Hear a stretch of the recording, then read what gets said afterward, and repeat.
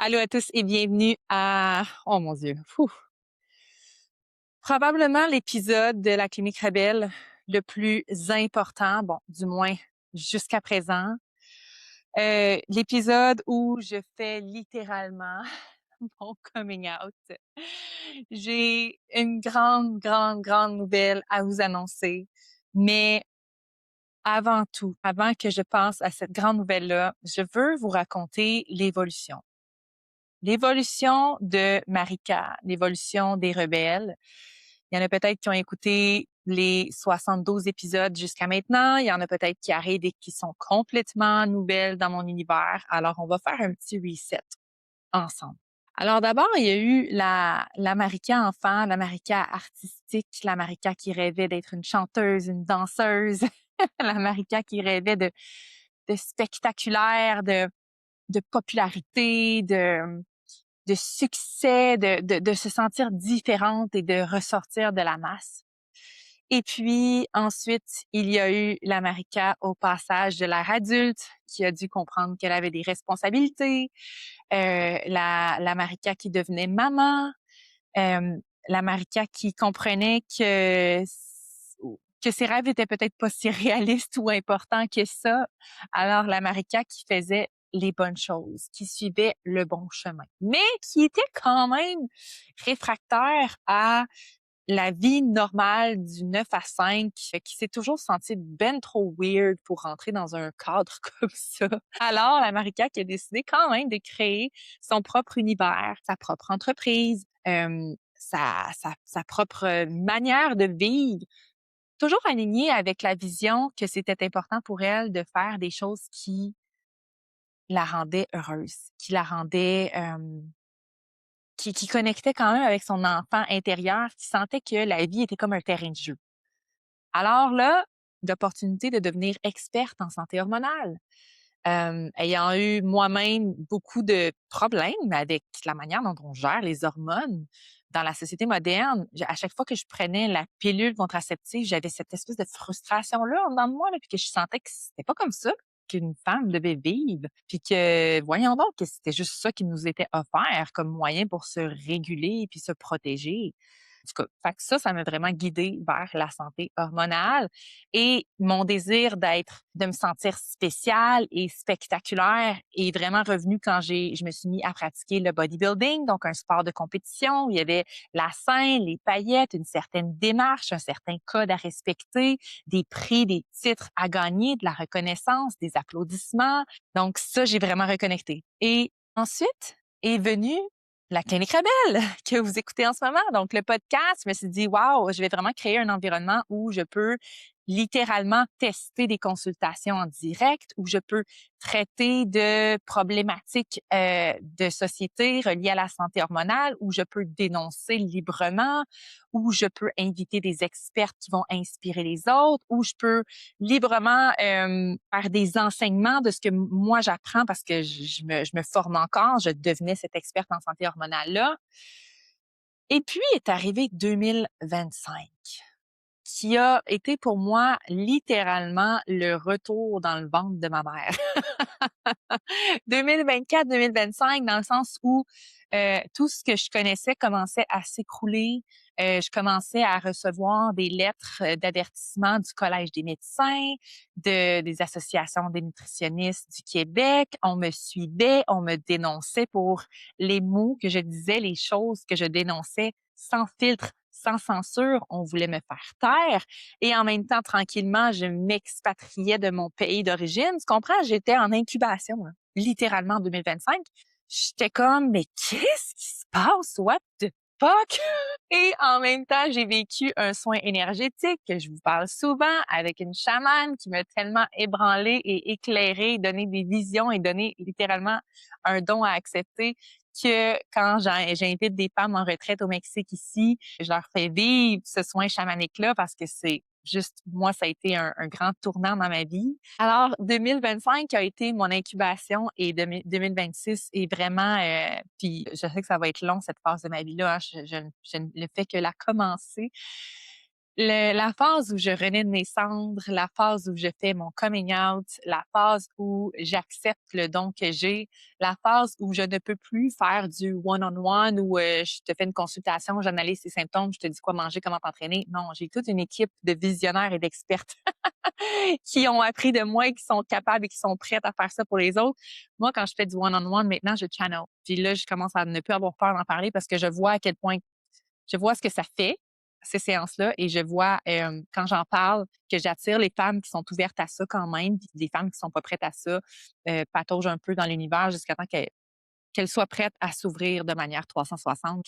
Maintenant, quand je fais les one-on-one, c'est vraiment j'ai pas besoin de te dire quoi manger, ou comment t'entraîner. Si c'était si simple que ça, il y aurait pas de problème actuellement là, au niveau des hormones comme il y en a, comme une épidémie là, littéralement. Non, parce que tout le monde serait juste comme bon, j'ai mon plan, c'est facile, faut que je le suive. Est-ce que c'est facile? Suivre un plan alimentaire à la lettre et un programme d'entraînement et une liste de suppléments quand tu as des blocages et des interférences? Est-ce que tu te reconnais? Est-ce que tu as souvent commencé un nouveau plan pour finalement abandonner parce que, je sais pas, des défis de la vie, de l'incompréhension, un manque de résultats, de la frustration, la peur de t'être fait avoir.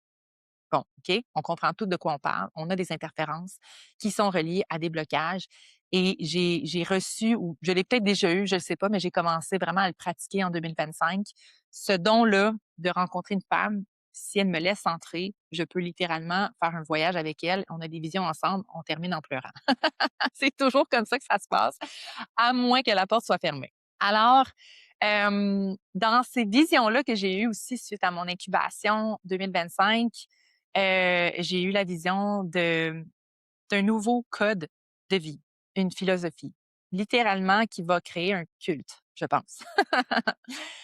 Et ça, c'est ce qui fait que la Clinique Rebelle, ce podcast-ci, ne pourra plus s'appeler la Clinique Rebelle désormais parce que j'ai commencé déjà à l'interne à enseigner un nouveau code de vie qui s'appelle le Code Rebelle, qui est littéralement une philosophie de vie, qui, oui, va t'expliquer quoi manger, comment t'entraîner, comment te connecter à tes hormones, comment bien les rééquilibrer, mais qui va aussi te pointer là exactement où est-ce que tu as des interférences et des blocages et pourquoi tu n'atteins pas des résultats.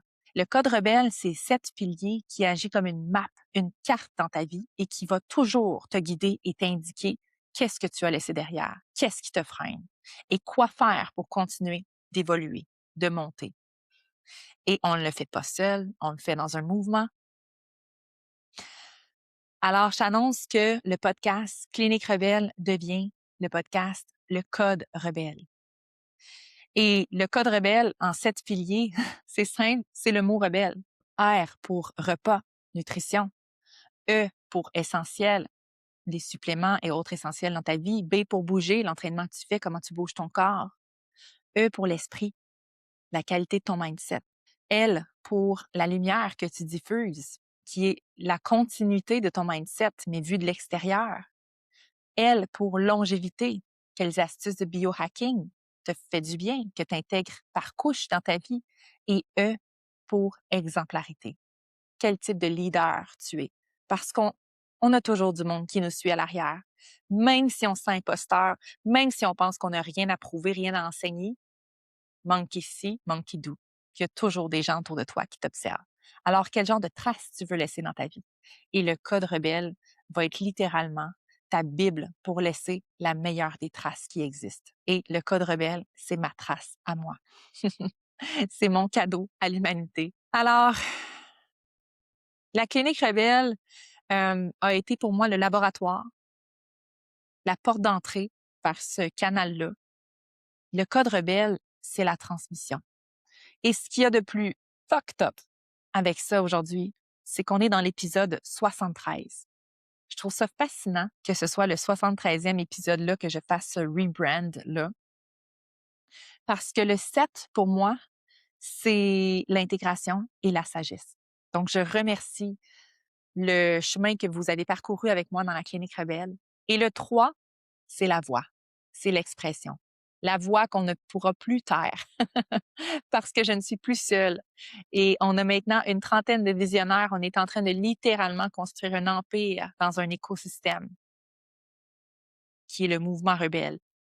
Et aujourd'hui, j'ai l'impression que tout ce que j'ai intégré pendant des années, je suis enfin prête à le dire clairement pour que le message passe. Alors, si tu es encore ici et que tu m'écoutes, c'est pas un hasard. Peut-être que tu viens juste d'arriver, peut-être que tu as écouté quelques épisodes ou peut-être que tu as consommé l'entièreté de ce que j'ai publié ici jusqu'à présent, mais accroche-toi parce que là, ça devient du sérieux. Le Code rebelle sera bientôt publié en tant que livre. Tu vas pouvoir goûter et intégrer la philosophie dans son entièreté et le passer par après.